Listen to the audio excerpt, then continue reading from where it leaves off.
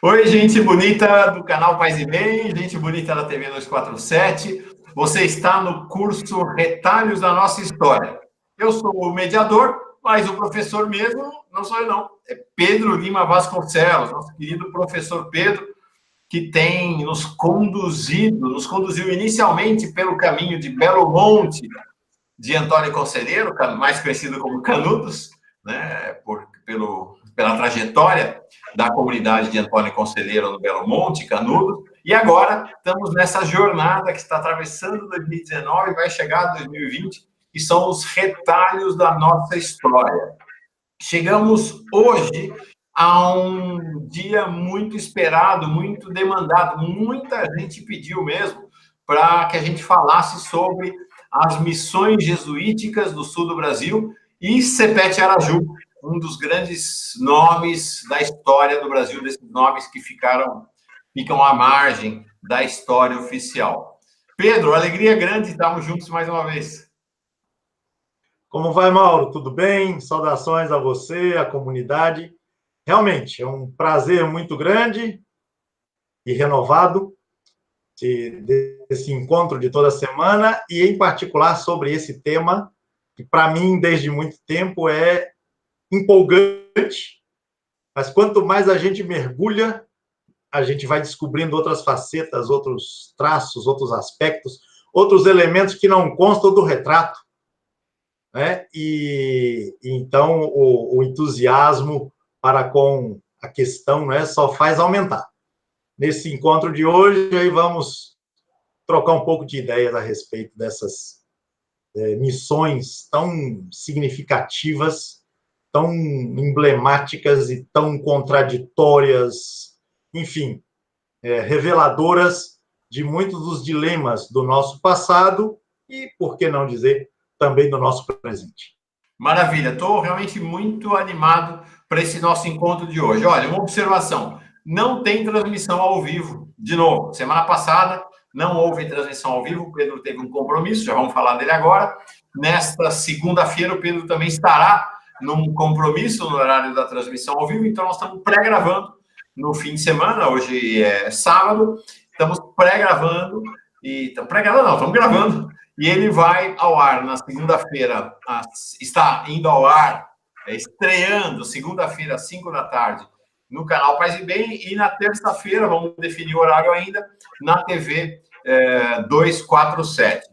Pedro, então, como eu disse, tem um compromisso na segunda. Na segunda passada, também lançamos ele sem ser ao vivo, porque o Pedro estava em São Paulo para um encontro. Ele estava cortando a fita da abertura da Flip, da Feira Literária de Paraty. Ela acontece em Paraty em julho, mas desde segunda-feira da semana passada está tendo um evento de esquenta, um evento preparatório da Flip, todo ele ao redor de Euclides da Cunha e dos Sertões, e o Pedro foi lá para abrir, então, esse ciclo dedicado a Euclides da Cunha, aos Sertões, e à reflexão sobre o episódio de Belo Monte e Canudos.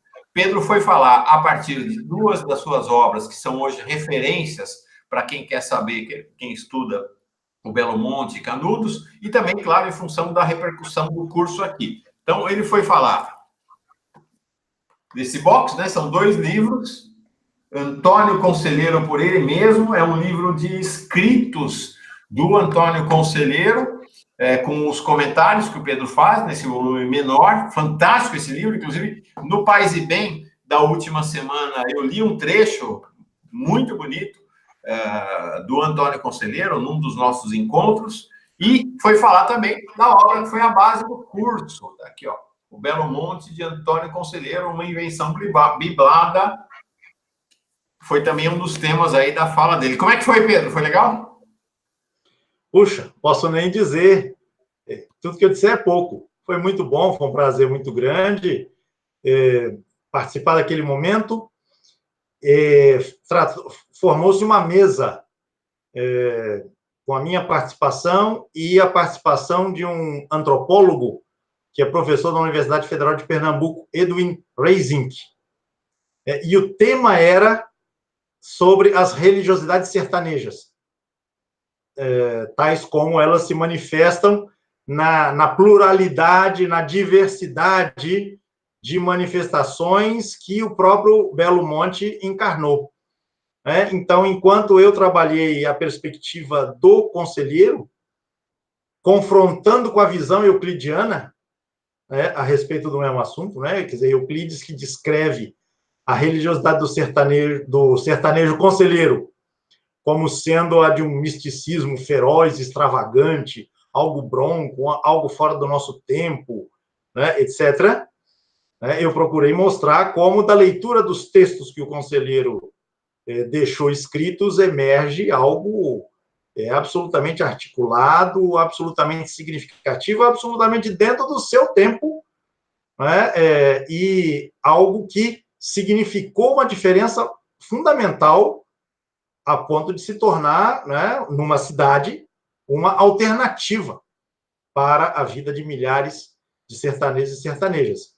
E, junto a isso, numa convergência muito feliz, a conferência do professor Erwin salientou principalmente os modos de participação indígena no Belo Monte. Grupos com maior envolvimento, grupos com menor envolvimento, grupos que viviam no Belo Monte num determinado tempo, mais fiéis ao seu modo nômade de viver, então eles ficavam algum tempo fora. Algumas práticas religiosas de matriz indígena que se integraram, digamos assim, melhor, se articularam melhor, com mais autonomia, com mais liberdade, no interior do Belo Monte, outras que provavelmente eram realizadas de maneira mais discreta, quase clandestina. Então, um leque muito amplo de possibilidades de pensar o tema da religião, no Belo Monte. E eu fiquei muito contente, eu expressei isso logo na abertura da minha fala, que uma feira literária internacional, essa de Paraty, dedicada a Euclides da Cunha, tem o seu esquenta, como você falou, iniciado por uma mesa que discute religião. Isso é muito significativo, porque eu dizia lá, Euclides da Cunha se ocupou com o tema da religião muito mais do que os seus críticos. Toda a fortuna crítica de Os Sertões ignora o fato, praticamente ignora, o fato de que Euclides se ocupou muito na caracterização, digamos assim, teológica do conselheiro.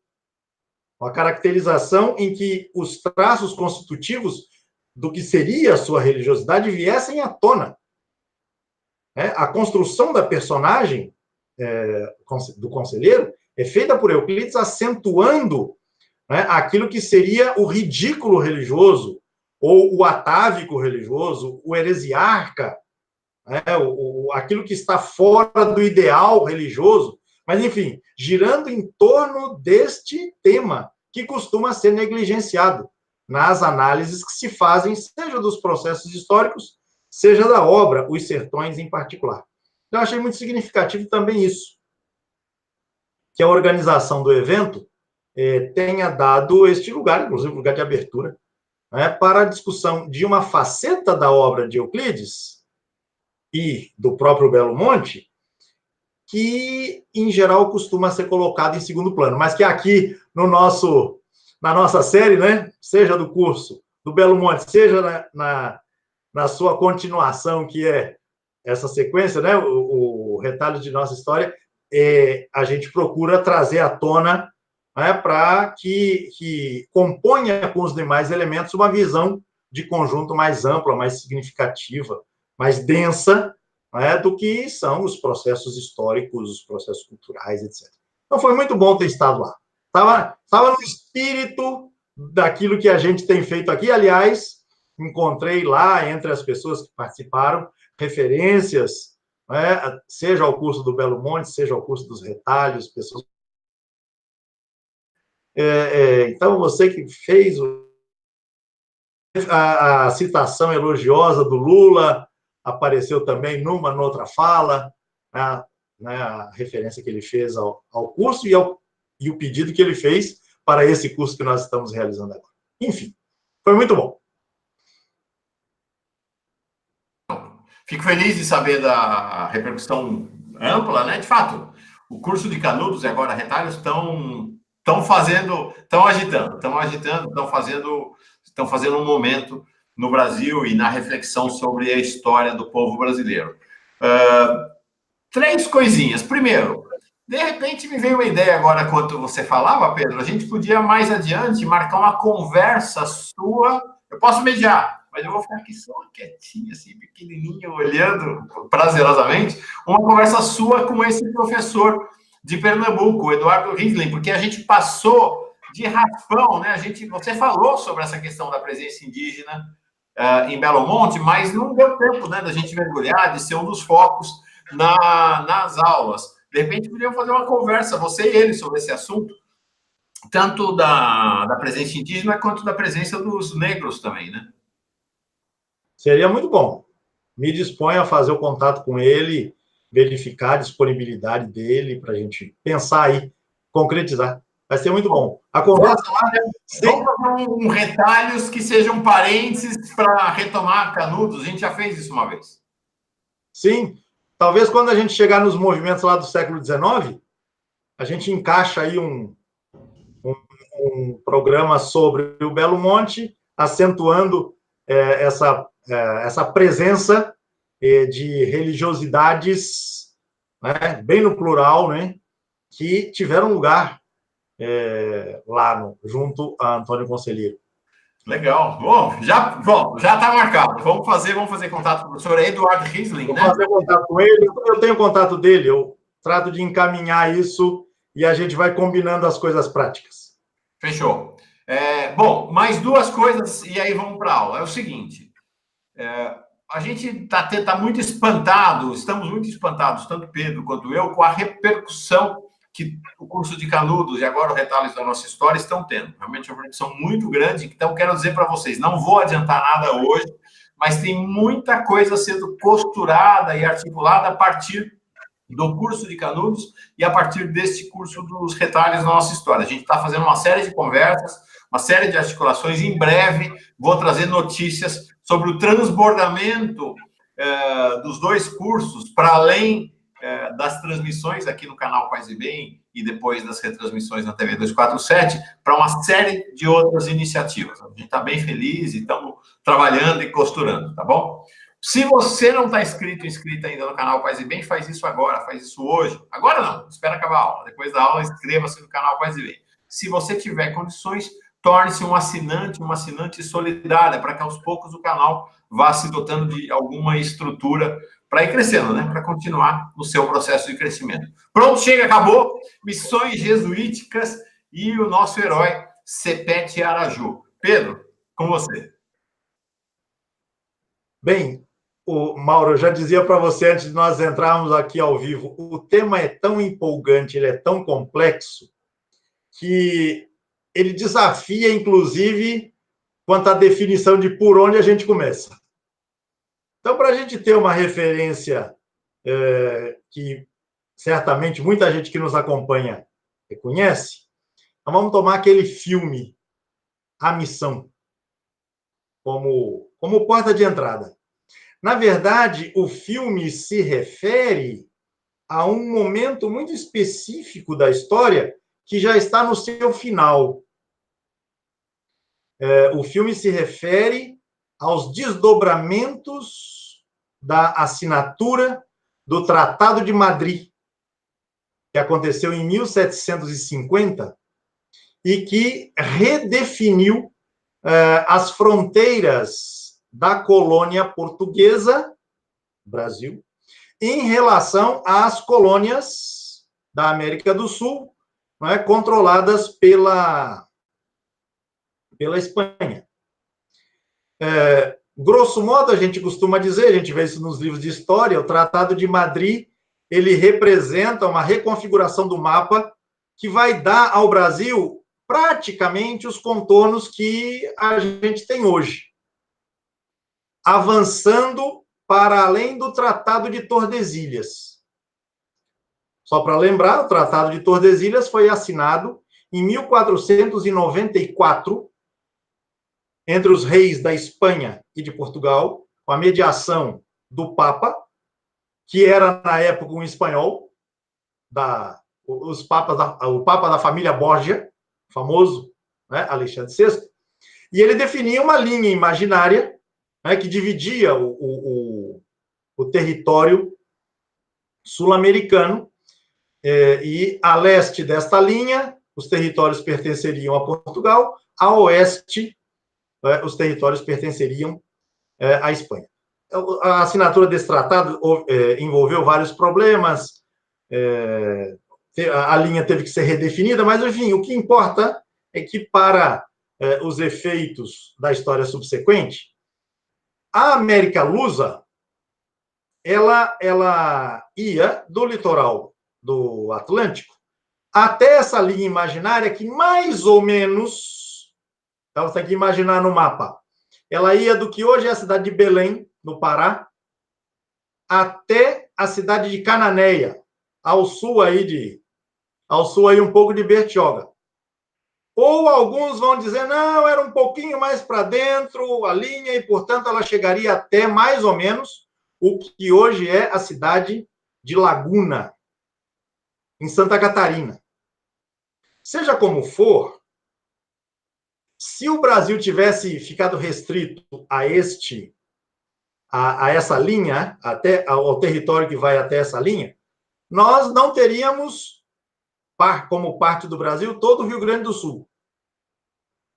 Esta linha cortaria o estado de São Paulo pelo meio e avançaria, cortando ali o centro-oeste na direção do que hoje é Goiás, Tocantins, entrando no Pará, até chegar ao que ali onde mais ou menos é a cidade de Belém.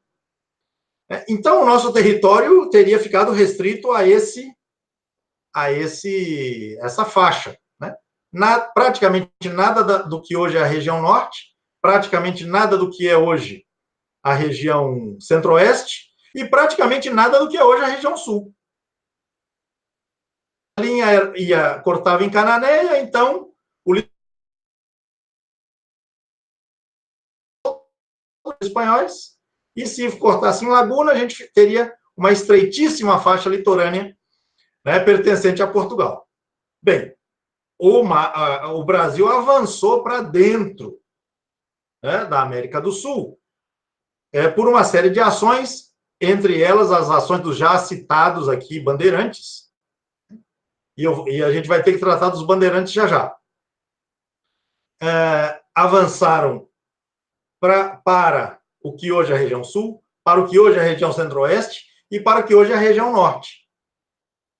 De maneira que o Tratado de Madrid, voltando a ele, em 1750, ele acaba por redefinir a fronteira entre Portugal e Espanha, as suas colônias, levando em consideração o fato de que, efetivamente, a colonização do interior da América do Sul estava sendo feita por gente mandada por Portugal, e não tanto pela Espanha. Bem, esse é o Tratado de Madrid, basicamente. O filme A Missão, com o qual eu comecei aqui a nossa reflexão sobre o tema, ele trata das consequências que o Tratado de Madrid impôs para populações que antes estavam sob domínio espanhol e agora, por força do Tratado de Madrid, passam ao domínio dos portugueses. Entre essas populações que, repito, estavam sob domínio, passam agora ao controle português, estão os chamados 7 povos das missões. Mas, vejam, por que esses 7 eles se destacam? Primeiro, porque eles estão no território atual do Brasil. Leia-se, o território atual do Rio Grande do Sul. Esses povoados, esses 7 povos, eles estão à margem esquerda do Rio Uruguai. O Rio Uruguai nasce separando o que hoje é Santa Catarina e Rio Grande do Sul. Ele vai na direção oeste e depois ele despenca para o sul. E no que ele despenca para o sul, ele passa a dividir o Rio Grande do Sul da Argentina, do que hoje é a Argentina. E do que hoje é, na Argentina, uma província chamada Misiones. E com isso eu acrescento aí um ingrediente que é muito importante. Esses 7 povos das missões estavam do lado de cá do Rio Uruguai, hoje território brasileiro. Mas eles compunham, junto com outros aldeamentos que estão no território de Misiones, na Argentina, e também no sul do Paraguai, um conjunto de 30 povos, de 30 aldeamentos, que tinham uma articulação própria e uma dinâmica muito interessante, da qual justamente temos que tratar aqui hoje, né? Ficaram para nós aqui no Brasil 7 povos, os povos que estão no lado oriental, do Rio Uruguai. Uma observação, Pedro, para quem não conhece, recomendo demais assistir o filme A Missão. É um filme de 1986. Está lá o Robert De Niro, mocinho ainda, o Jeremy Irons, e talvez a trilha musical mais bonita da história do cinema. Tá bom, pode não ser a mais bonita, mas se tem 3 mais bonitas, esta com certeza é uma delas, a trilha musical do Ennio Morricone, realmente fantástico. É um filme antológico, um dos grandes filmes da história, filme de 1986. Eu vou colocar referência e uma indicação, eu não sei se no YouTube tem a íntegra dele, acho que tem. Vou colocar o link para a íntegra do filme. Minha imagem sumiu, mas já vai voltar. Mas estou te ouvindo. Você me ouve, Mauro?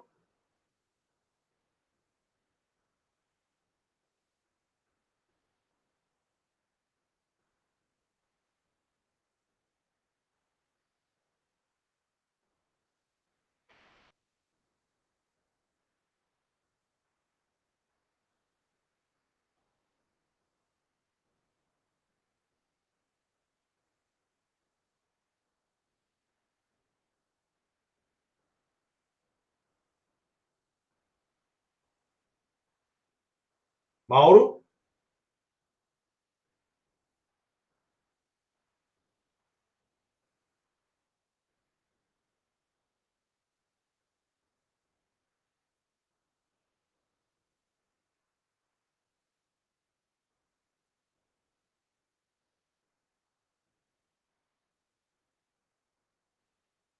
Oi, Pedro, você está me ouvindo? Opa.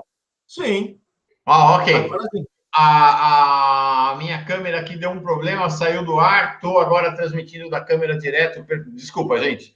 Deu um piripaque aqui na câmera. Voltei, vocês veem que a imagem já não está tão boa. Voltei para a câmera original do computador. Bom, paramos então quando deu esse... falando da missão, mas o Pedro já estava avançando, então, para falar das 30 missões, dos 30 povos, não é isso?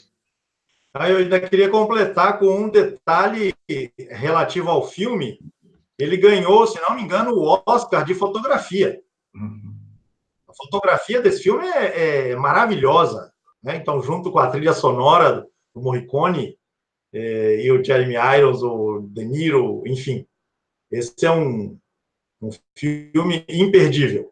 Imperdível. Talvez a gente possa fazer alguma observação conclusiva em relação a ele, mais ao final da nossa conversa aqui. Mas a referência é fundamental. Esse filme é fundamental. Bem, eu dizia que o filme trata das consequências da implantação do Tratado de Madrid nos territórios que antes pertenciam à Espanha e agora passam ao controle de Portugal, justamente onde estão os 7 povos das missões. E essa região é conhecida lá no Rio Grande do Sul como a região missioneira, porque justamente você tem aí um legado histórico, cultural, muito disputado de outro, inclusive nos dias atuais. também deveremos fazer referência a isso no momento oportuno. Mas o que eu ia dizendo, Mauro, é que justamente esses 7 povos, eles não estão isolados. Eles fazem parte de um grande projeto de evangelização, de catolicização dos índios guaranis. Né? Para eles, essas fronteiras de Paraguai, Argentina e Brasil, isso não faz sentido nenhum, né? Para eles. São as injunções do projeto de colonização que vão estabelecendo essas interferências que, o mais das vezes, né, resulta em desastres, em tragédias, como também neste caso aconteceu. As 7 cidades, os 7 povos, só para ilustração, eles foram nomeados, como os demais 23, mas os 7 que ficaram no território brasileiro, com nomes de santos. Então, São Francisco de Borja vai dar a origem à cidade de São Borja, que é onde está enterrado hoje Getúlio, onde está enterrado o Jango, onde está enterrado o Leonel Brizola. É a terra natal deles, né, daquela região ali. São Nicolau, São Miguel Arcanjo, que é a vila da qual você tem algumas das relíquias, ou das ruínas, melhor dizendo, melhor preservadas. Entre elas, a igreja de São Miguel, né, cujas ruínas são impressionantes. Mas todas elas tiveram as suas construções, a sua articulação, inclusive uma discussão que vem sendo feita muito intensamente nos últimos tempos, é a discussão sobre o traçado urbano, sobre o entendimento do que seria aquele espaço que hoje a gente chama de cidade. Eles chamavam de reduções, por razões que a gente também tem que ver mais adiante. Então, São Miguel, São Lourenço Mártir, São João Batista, São Luís Gonzaga e Santo Ângelo Custódio. De todas desses aldeamentos, há, com maior ou menor intensidade, ruínas, memórias, sendo que a de São Miguel é assim, o monumento mais expressivo, até porque se conservou, né, na sua grandeza, e vale a visita para quem puder, porque é algo efetivamente impressionante. Agora, esse experimento das missões jesuíticas, por mais contradições que isso acarrete, a gente tem que falar delas, esses empreendimentos causaram espécie no mundo antigo, na Europa, no Velho Mundo. Eu quero citar 2 referências aqui, Mauro, se você me permite. Uma delas dá conta de que, na primeira metade do século XVIII, uma orquestra formada por guaranis e regida por jesuítas se apresentou em cortes da Europa tocando obras de mestres como Vivaldi. Aliás, a isso se faz referência logo no início do filme. Os índios eram artesãos e fabricavam alguns dos melhores instrumentos que abasteciam as orquestras, né, do Velho Mundo. Essa é a primeira referência. A segunda referência vem de ninguém menos que o filósofo francês Voltaire. Escrevendo na segunda metade do século XVIII, o seu romance Cândido. Pedro, deu um pique na sua imagem. A gente perdeu a referência. Qual obra do Voltaire? Cândido. Okay. Ele recomenda, numa certa altura, que se faça uma viagem aos povos das missões, pois ali se encontra, entre aspas, o verdadeiro triunfo da humanidade. E esse é Voltaire, escrevendo na França iluminista, ele que era um anticlerical,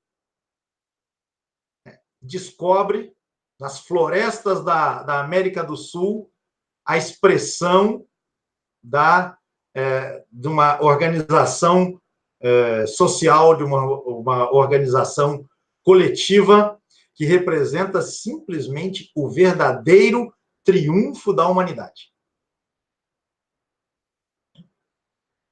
O filme mostra também que a destruição, o aniquilamento da experiência missioneira, da experiência das reduções, era a condição, ou uma delas, pelo menos, para a sobrevivência da Companhia de Jesus, da Ordem dos Jesuítas.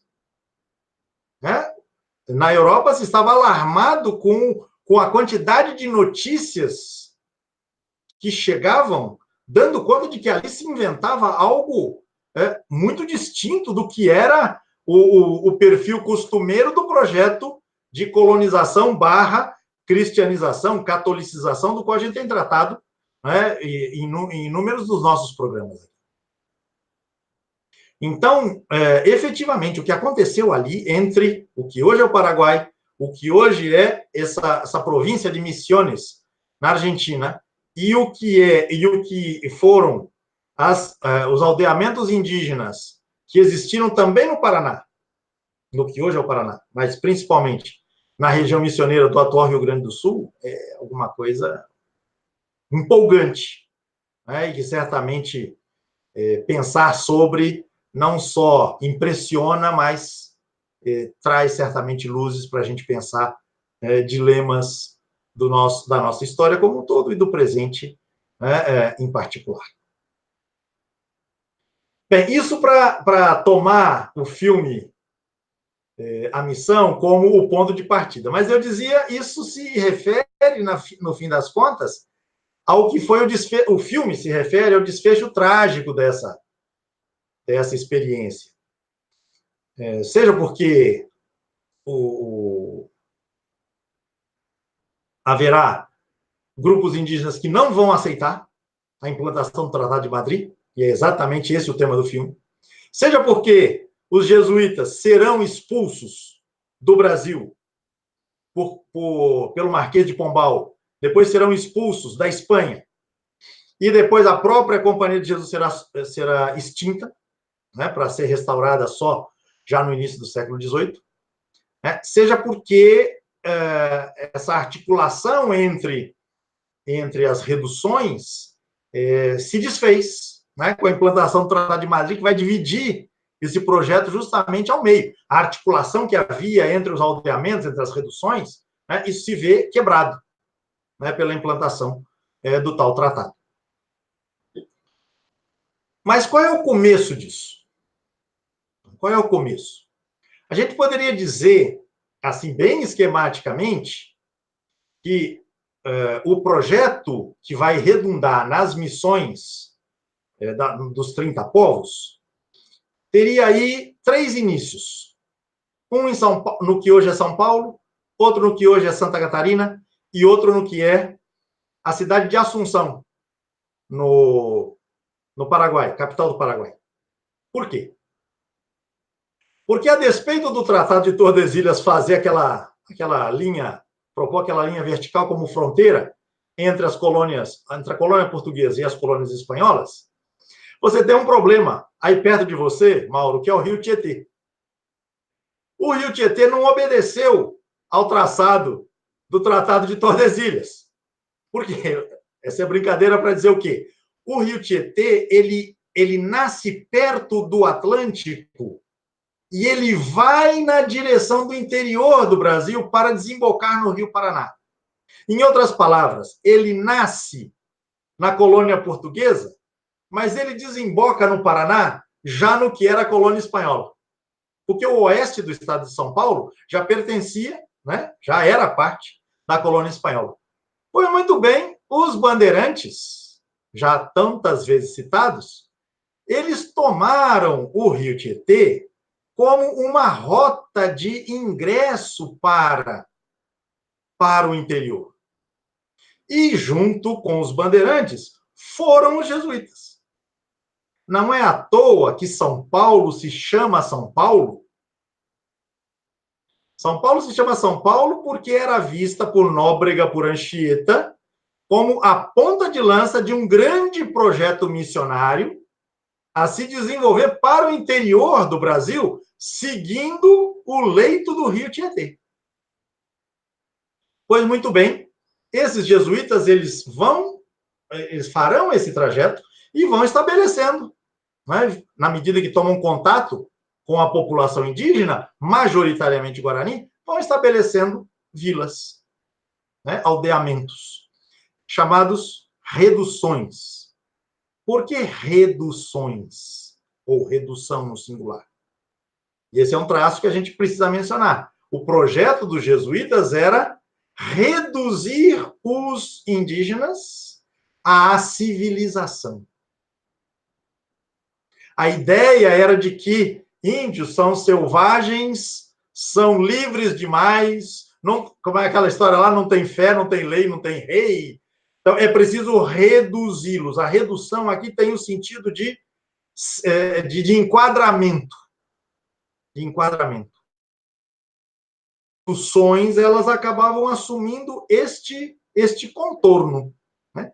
Tratava-se de tirá-los do paganismo e levá-los ao cristianismo. Tratava-se de tirá-los da selvageria e trazê-los, né, à civilização.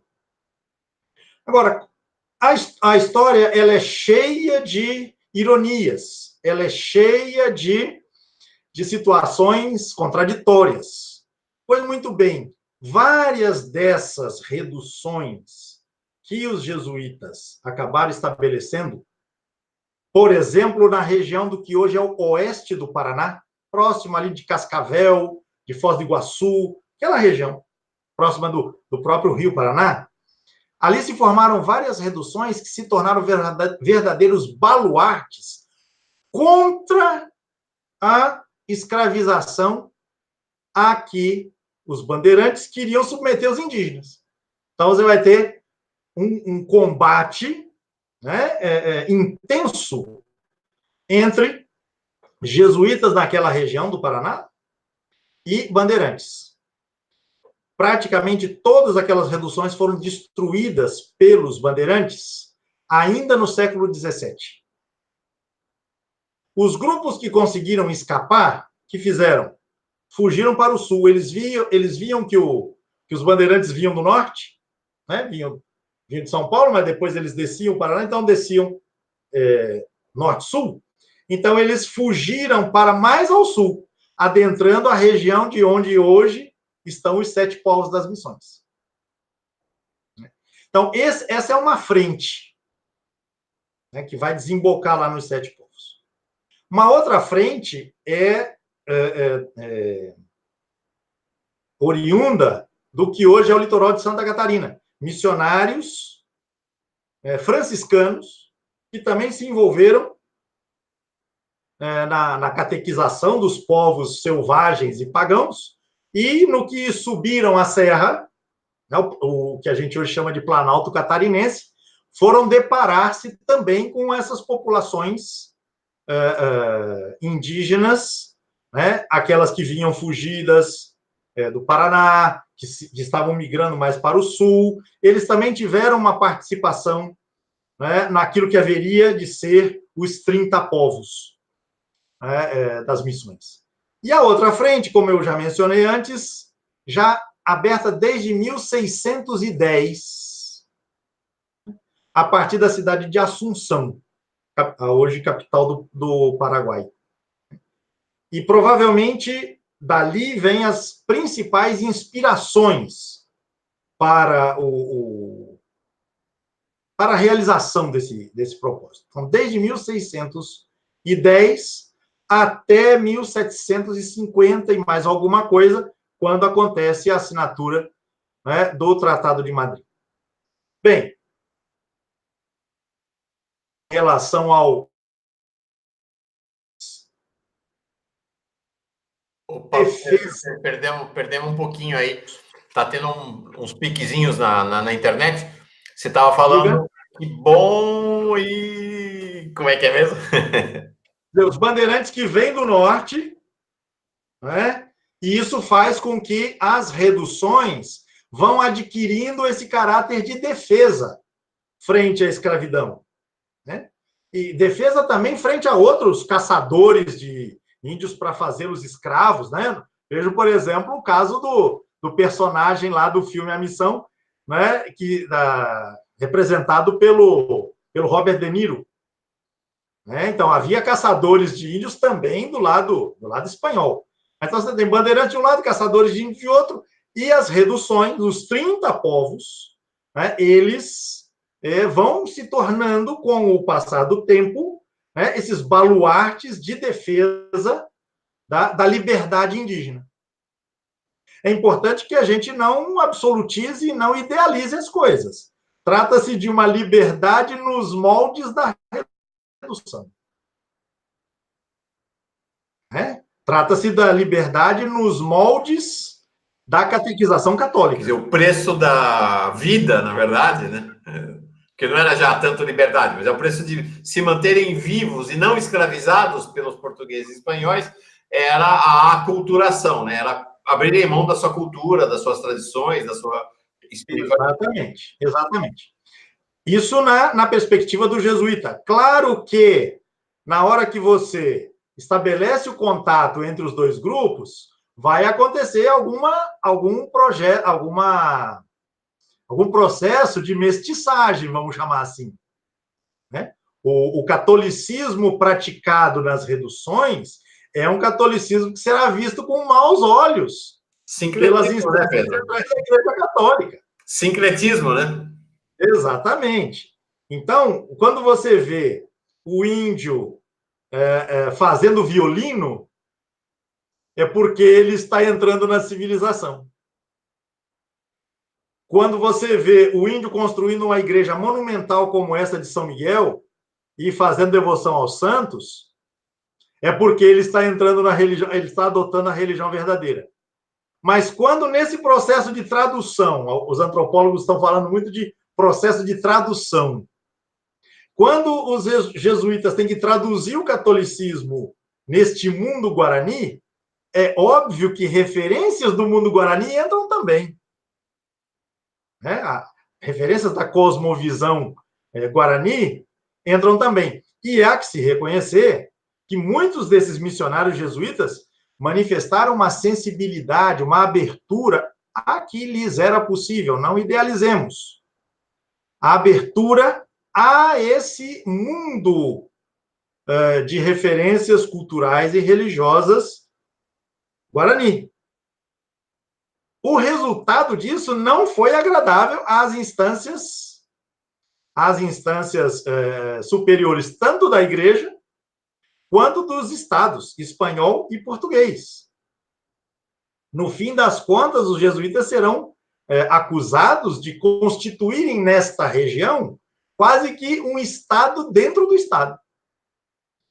Então, que fique claro, não... Jesuítas comunistas.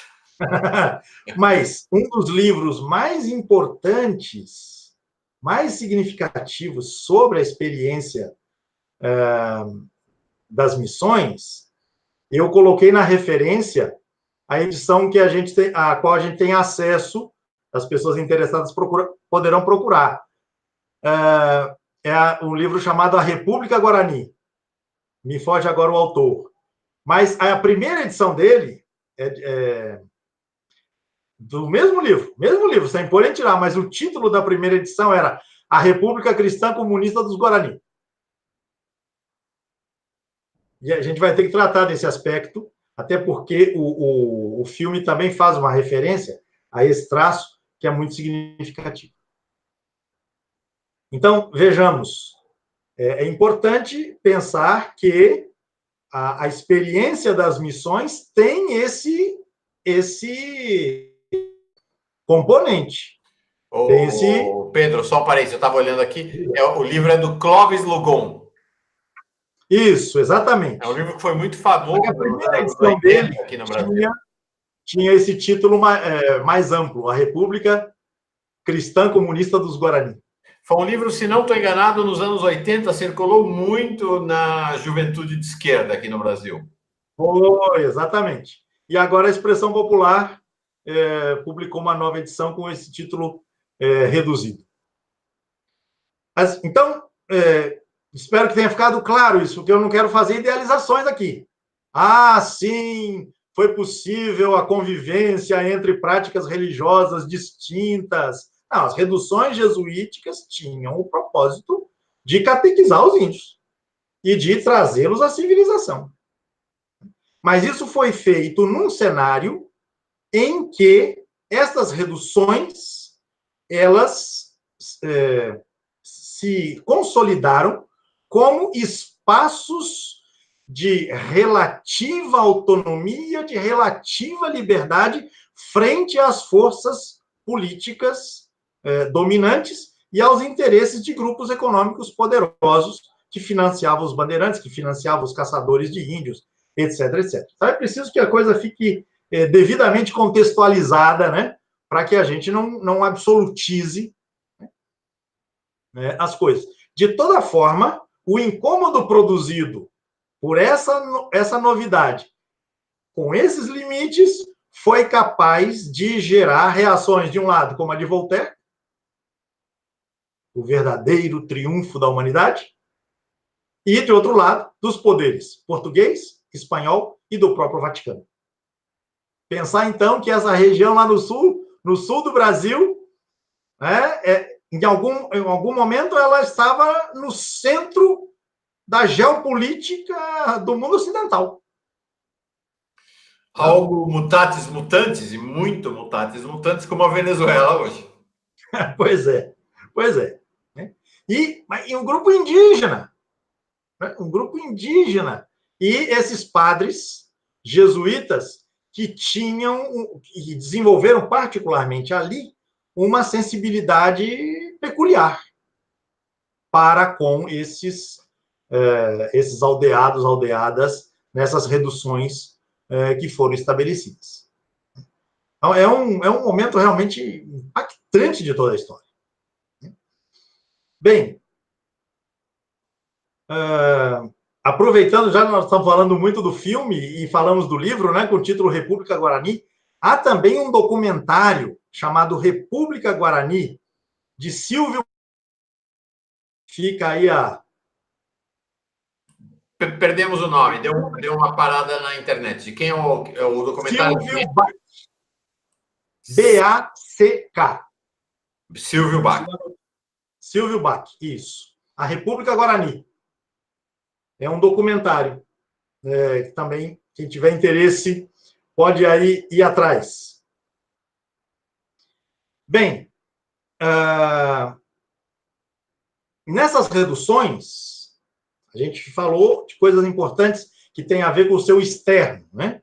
Ou seja, com o verdadeiro espaço de autonomia dentro dos limites que a gente reconheceu aqui, frente a esses poderios, né, que acostam de todos os lados.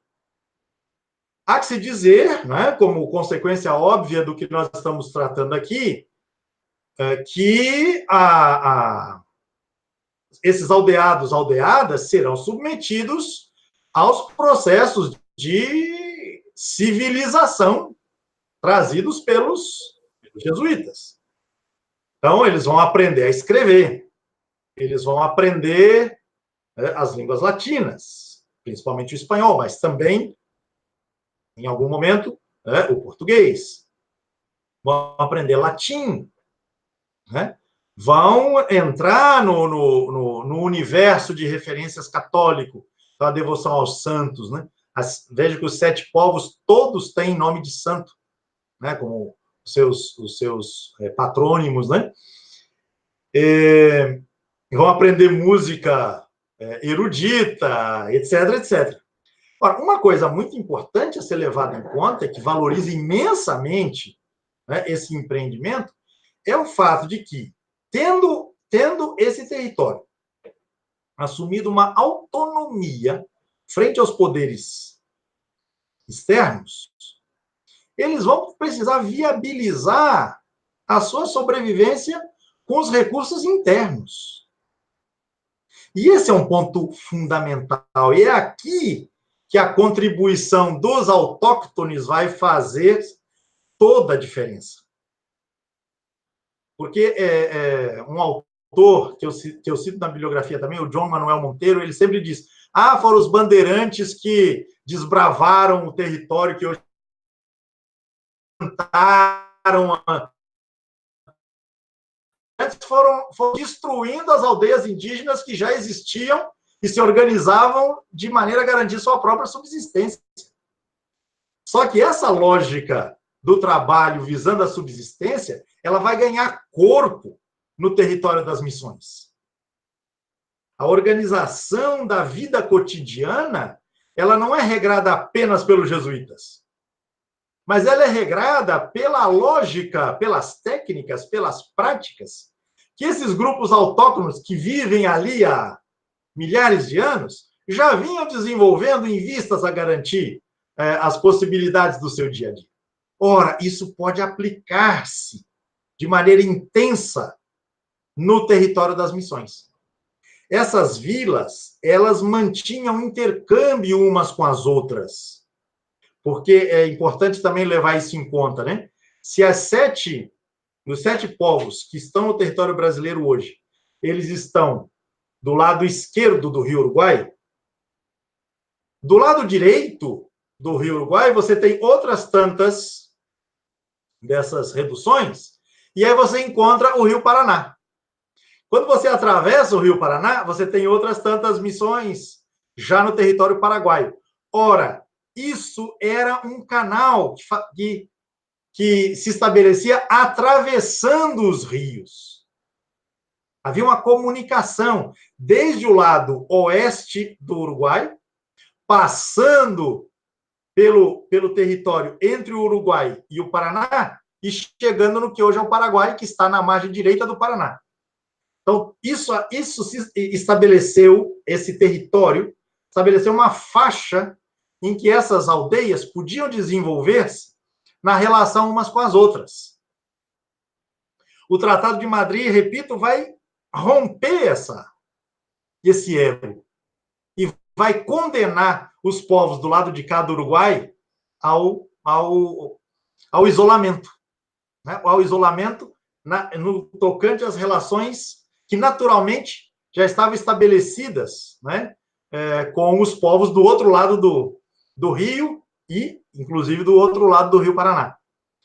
Seja como for, antes que o Tratado de Madrid viesse e estabelecesse essa ruptura absolutamente artificial, quebrando a lógica da articulação entre essas reduções, esses povos tiveram, repito, que desenvolver uma dinâmica produtiva dos bens, mas produtiva da vida, produtiva da cultura, de maneira absolutamente autônoma. E nisso eles tiveram o apoio dos jesuítas. Posso fazer um pequeno parênteses aí, Pedro, porque me chama muito a atenção, porque o que você está falando, então, de uma intensa atividade de troca comercial, mas de outras trocas significativas entre os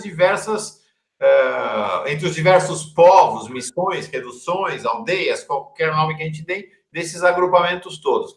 Isso é muito interessante. Os 30 das 30 missões. Isso é muito interessante porque as elites aqui no Brasil, as elites latino-americanas em geral, do lado de cá portugueses, do lado lá espanholas, sempre jogaram esta ideia da selvageria, né? Os indígenas são selvagens, os sertanejos são selvagens, os negros africanos são selvagens. E o que você está me dizendo é o seguinte: o que você está contando agora sobre esse trânsito comercial entre as missões, você nos contou aqui entre os diversos núcleos dos quilombos, do Palmares, lá em Pernambuco, e nos contou também da relação entre Belo Monte, de Antônio Conselheiro, entre Canudos, e as cidades ali da região. Ou seja, há um desenvolvimento muito criativo do comércio que vai construir subsistência, sobrevivência e trocas significativas em todos esses processos, né?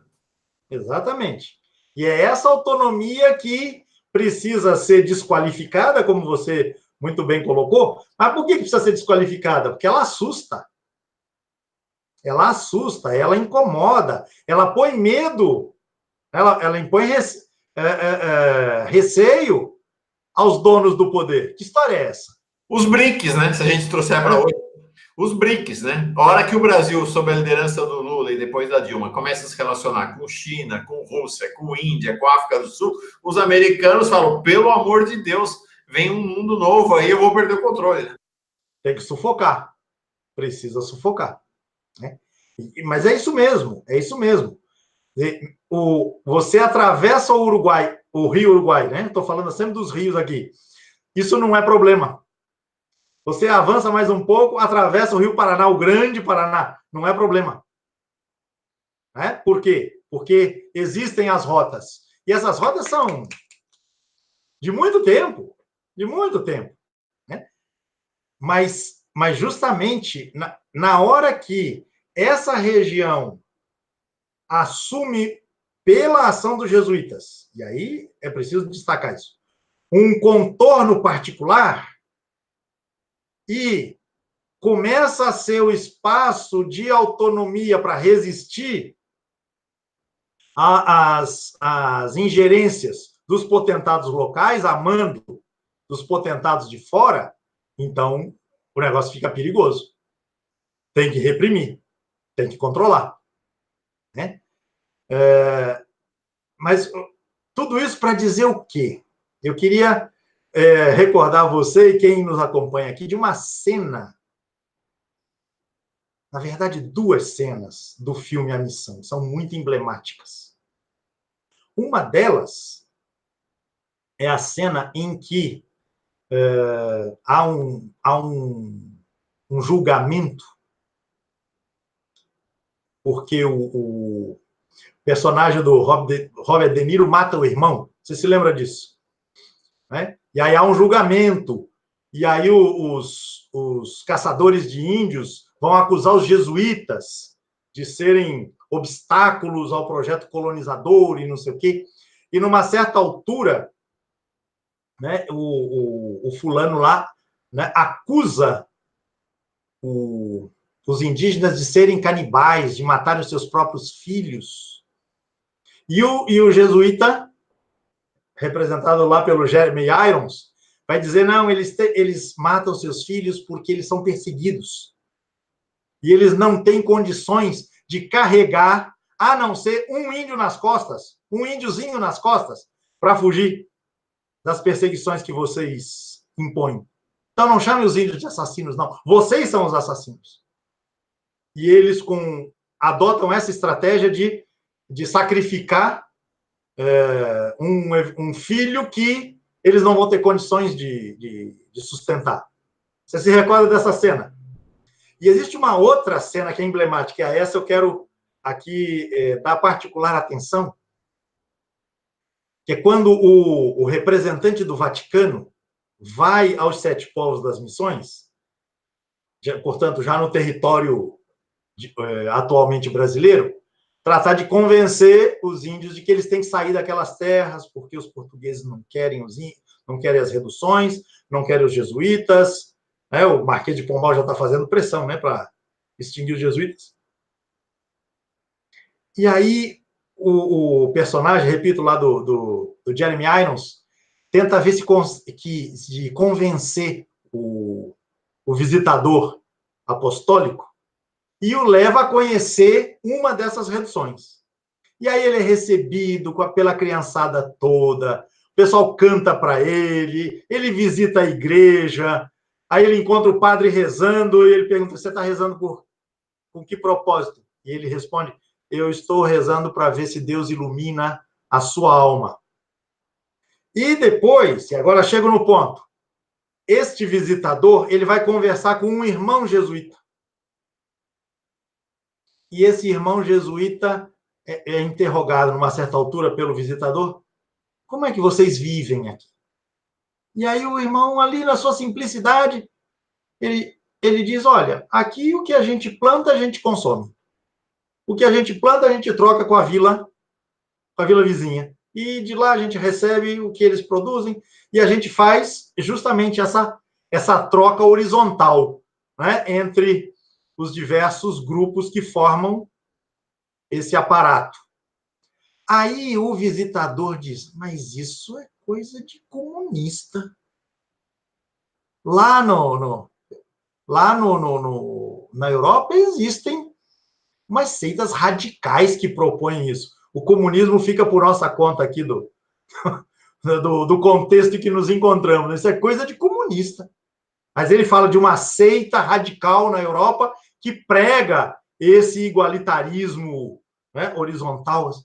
E aí o irmão jesuíta, com toda a simplicidade, diz, disso não sei. Eu sei que os primeiros cristãos faziam isso, é o que diz o livro dos Atos dos Apóstolos. Recordas disso? Então, essa possibilidade de, num contexto em que a lógica da colonização é toda na base da desigualdade, é na base da hierarquia, é na base da subjugação, né, da dominação, né, de um setor sobre a grande maioria, você tem, nessa aliança entre jesuítas e indígenas, nessas reduções, a manutenção e a recriação dessas formas horizontais de troca. Ora, isso é muito radical, né? diz o visitador. Isso é radical demais. Não dá para aguentar uma coisa dessas. Ele achava que ia tocar a mente do visitador, aí é que ele selou mesmo a ruína trágica, né? Aqui, esses 7 povos, no fim das contas, foram submetidos. O visitador, ele achou que ia tocar o coração, a alma do visitador. Intocável. Exatamente. Ele já estava lá, se você me permite a analogia, ele já estava lá como o Frei João Evangelista de Monte Marciano esteve no Belo Monte. Ele tinha uma missão a cumprir. Ou vocês saem daqui, ou é a guerra. O visitador chega lá com o mesmo espírito. Ou vocês saem daqui, que os soberanos agora são os portugueses, eles não querem saber de vocês, ou é a guerra. Mais ou menos o que pensando em termos da Igreja Católica, o que muitos visitadores do Vaticano fizeram no Brasil e na América Latina durante os papados de João Paulo II e Bento XVI, de Wojtyla e Ratzinger. Eles vinham para cá e diziam, ou vocês acabam com essa história de teologia da libertação, ou nós vamos passar como um trator pela cabeça de vocês. Ou então é a guerra. Né? Ou então é a guerra. E passaram... Eles não são bem visitadores, né? Eles são emissários. Visitador é um termo eufêmico. Né? Pedro, eu tenho uma notícia para te dar. Não é boa notícia, não. Está na hora, né? Acabou o tempo já. Rapaz, a gente não chegou, a gente nem mencionou ainda o CEPE de Araju. Pois é, vamos conversar sobre o CEPE na semana que vem? Vamos estender, fazer como a gente já fez em relação ao Quilombo dos Palmares, fazer encontro 1 e 2? Vamos fazer? Não estava planejado, mas acho que é o caso, né? Eu acho que vale a pena, porque aí a gente pode dar continuidade focando no desfecho das missões a partir dessa intervenção definida pela geopolítica do mundo ocidental, né, que leva à inviabilização desse percurso, né, dessa trajetória, dessa articulação, né, e, em particular, sela a ruína dos 7 povos das missões que estão hoje no território brasileiro. E essa ruína, ela tem o traço particular, né? Porque esses 7 povos, como eu já disse, mas não custa insistir, eles estavam em território espanhol. E ao passarem para o território português, serem controlados pelos portugueses, por força desse tratado, então, essa novidade vai se impor de maneira diferenciada para esses povos do lado de cá, né, do Rio Uruguai. E é nesse contexto que emerge com mais destaque a figura de Sepete Araju. Ele é um personagem fundamental no desfecho do desfecho. Talvez valha a pena, sim, a gente se vai ser o tema, então, do nosso próximo encontro. Virou aula 1 e aula 2. as missões jesuíticas, a República Guarani e Sepete Araju. Então, vamos ter um segundo encontro. Acho fantástico, estou maravilhado. Gente, este não é um episódio menor da história do Brasil, nem da história da América Latina. Esse é um episódio de grandes repercussões, não só na região, como mundiais, naquele momento em que foi sendo, né, apagado da memória, foi sendo jogado para fora do retrato do Brasil. Até uma disputa. O Pedro, acho que no próximo encontro, né, Pedro, pode nos falar da disputa da memória de Sepete Araju, que os conservadores tentam, de maneira desavergonhada, roubar para eles, né? Temos de tratar disso. E aí, já que vamos fazer um segundo encontro a respeito, vou dar lição de casa, se você me permite. Opa, é sempre bom. Fala. Quem não viu o filme A Missão, trate de ver. Trate de ver. Okay. Até porque aquilo de que a gente vai tratar é focado diretamente pelo filme. Quer dizer, é o desfecho do desfecho. Então nós vamos fazer o seguinte, eu vou colocar na descrição do vídeo deste encontro o link para o filme A Missão. Vou colocar o link para o filme do Silvio Bach, A República Guarani, o documentário dele, na verdade. E tem também uma bibliografia bem extensa. O Pedro indicou aqui 5 livros para quem quiser se aprofundar no estudo sobre as reduções jesuíticas, sobre os povos, os 7 povos guaranis, ou os 30 povos povoados guaranis entre a região do que hoje é Brasil e a Argentina e hoje o Paraguai. Vou dar também o link na descrição do vídeo para uma dessas obras. Vai ter a íntegra do texto do João Manuel Monteiro, Os Guaranis e a História do Brasil Meridional. O Pedro me mandou o link para você poder ver em PDF. Esse livro você também já pode ir lendo ao longo da semana. Trata-se de um artigo. É um artigo dentro de um livro, isso mesmo. Um belo livro, diga-se de passagem, História dos Índios do Brasil. Legal. Então, esse trecho sobre os Guarani no Brasil Meridional, do João Monteiro, vai estar o link se você quiser ler ele na íntegra antes da próxima aula. É isso, né, Pedro? Mas o dever não acabou, não. Opa, vamos lá. Eu já mandei para você, mas recomendo também que as pessoas, principalmente quem não é do Rio Grande do Sul, mas que visite, procure no YouTube um vídeo em que cantores regionais entoam um louvor a Sepete Araju. É um poema de data incerta que foi musicado mais recentemente, né, e tocado pelo pessoal que conserva as memórias, as tradições do mundo gaúcho. Vale a pena. E lembrar também que Sepete Araju é uma figura tão significativa, disputada para lá e para cá, é nome de um município no interior do Rio Grande do Sul. Então, legal. Vamos cuidar aí, um cuidado dessa figura, vamos retomá-la. Estou maravilhado com essa aula, Pedro, e empolgado também com essas lições de casa que você nos deu. Vou tentar cumprir a missão, eu já vi acho, umas 3 ou 4 vezes, realmente é fantástico. Vou tentar ver o documentário do Silvio Beck. Essa apresentação musical você tinha mandado mais cedo, eu já assisti. Vou colocar o link também, talvez até colocar na nossa página, vou ver se é possível colocar a reprodução dela no canal Paz e Bem. Enfim, leu esse capítulo, esse artigo do João Monteiro. Vamos nos preparando, porque a segunda aula promete tanto quanto essa primeira. Foi muito bom, Pedro. Obrigado mesmo. Eu que agradeço, Mauro. Vamos desdobrar essa conversa, que ela é muito instigante. Vamos nessa, gente. Alegria e paz. Paz e bem.